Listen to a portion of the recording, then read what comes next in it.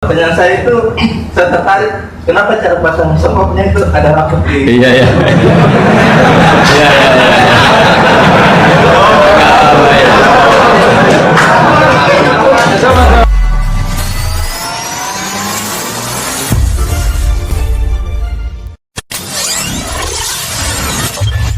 Assalamualaikum warahmatullahi wabarakatuh. Waalaikumsalam warahmatullahi wabarakatuh. Nah, saya sebuah kehormatan bisa bertemu sama Kiai pada malam ini. Iya. Sebenarnya saya baru kenal Kiai itu 3 minggu yang lalu lewat YouTube. Iya iya. Ada yang kirim di FB saya, walaupun dengan komentar yang agak mirip lah. Iya iya. Kalau nggak salah waktu itu Pak Kiai membahas masalah perang Handar, yang mengatakan bahwa Nabi itu waktu itu satu saja, tidak tahu apa-apa, tapi ada Salman yang menyampaikan ini. Komentarnya netizen hanya tapi pertanyaan saya itu bukan itu, Pak. Iya gimana? Pertanyaan saya itu, saya tertarik kenapa cara pasang sepopnya itu ada rapet di... Iya iya. Iya iya.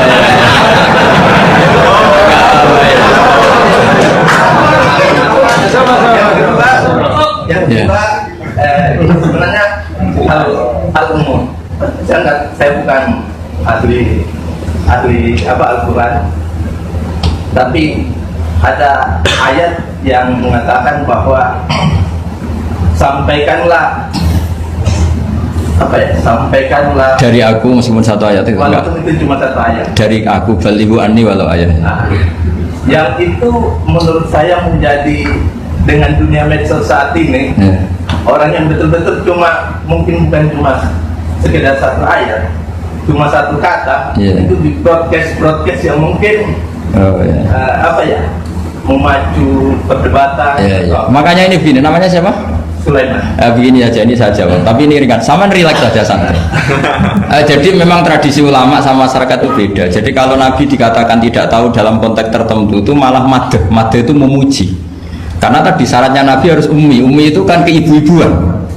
Jadi kalau Nabi tahu itu nanti seakan-akan dia itu dikawal oleh ilmunya, padahal Nabi itu dikawal oleh nubuah. Ini bedanya Nabi sama Anda. Jadi Nabi di Quran itu biasa ada kata makun tatadri mal kitabu walal iman. Terjemahnya kan kamu tidak tahu. Kanjeng Nabi biasa didhawuhi Allah makun tatadri mal kitabu walal iman. Kamu itu tidak tahu apa itu kitab. Tapi itu sifat madh. Sifat apa? Madh. Madh itu memuji. Kenapa itu jadi pujian? Karena Nabi kalau sudah tahu urusan sesuatu nanti jadi ilmu tandingan menandingi wahyu. Lah mungkin netizen nyuwun sewu, bukannya ngeritik, bukannya apa, mungkin nggak paham tradisi ulama itu. Jadi kalau ulama bilang Nabi itu tidak tahu, itu bukan sifat dzam, tapi sifat madh, memuji. Di Quran banyak kalimat makun tatadri mal kitabu walal iman. Makanya Nabi ketika disuruh baca Iqra ya Muhammad, jawabnya gimana? Saya tidak bisa baca. Tapi bukan sifat buruk, justru bagus. Kalau Nabi bisa baca, ilmunya nanti dikira beliau belajar dari buku-buku, dan itu dia jadi Nabi. Wah, itu memang bacanya banyak. Clear ya ini ya, supaya nggak salah paham. Jadi dikatakan tidak tahu kalau Nabi itu bagus, madh.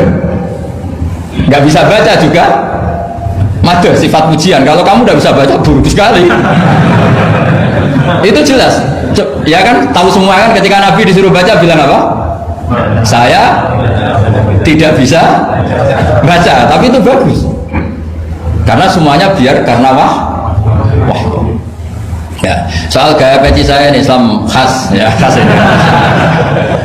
Nah, yang ini yang penting, yang pertanyaan sampean terakhir bali wa ani walau aja. Memang ini semenjak dunia medsos memang dengan tanda kutip agak kecelakaan. Mengutip kutipan tokoh atau apa hanya sepotong-potong itu bahaya. Bahayanya begini, itu bukan hanya karena yang ngendikan tokoh. Meskipun Quran kalau wakafnya salah itu ya bahaya. Coba misalnya begini, ada orang wakaf di depan orang yang paham bahasa Arab. Inna woha la yastahi, terus wakaf ya Pak. Terjemahnya gimana? Allah tidak punya rasa malu. Sehingga di ilmu Quran itu diaturkan ada wakaf yang haram, yaitu wakaf yang rusak makna. Harus diteruskan inna woha la yastahi ayyadriba matalam ma ba'u. Allah tidak malu lalu bikin perumpamaan sekecil apapun makhluk itu. Misalnya buat perumpamaan dengan nyamuk. Coba kalau bacanya satu ayat terpotong, innallaha la yastahi, Allah tidak. Nah, bayangkan didengar orang yang paham bahasa Arab. Jadi problem kita adalah kadang utek ya gitu.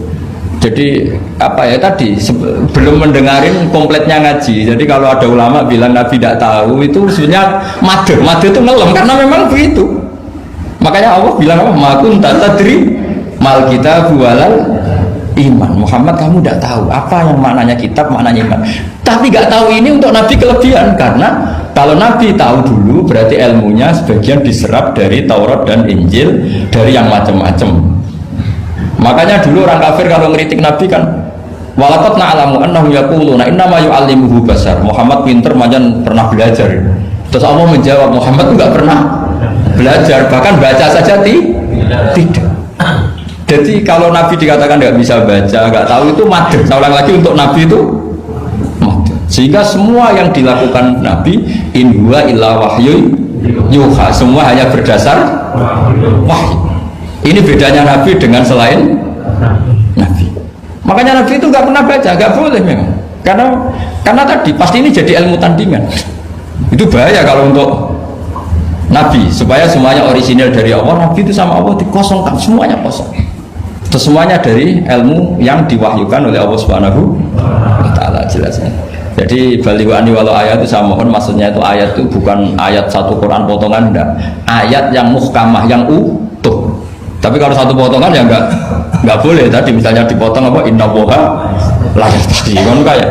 Makanya di bab ilmu tajwid kan diterangkan wa ba'da tajwidika lil hurufi la budda min ma'rifatil wuqufi. Setelah kamu tahu tajwid, ikhfa, idgham, idgham, kamu harus mengenal ilmu waqaf. Karena sekali salah waqaf itu ya gitu Mas Leman ya. Assalamualaikum warahmatullahi wabarakatuh.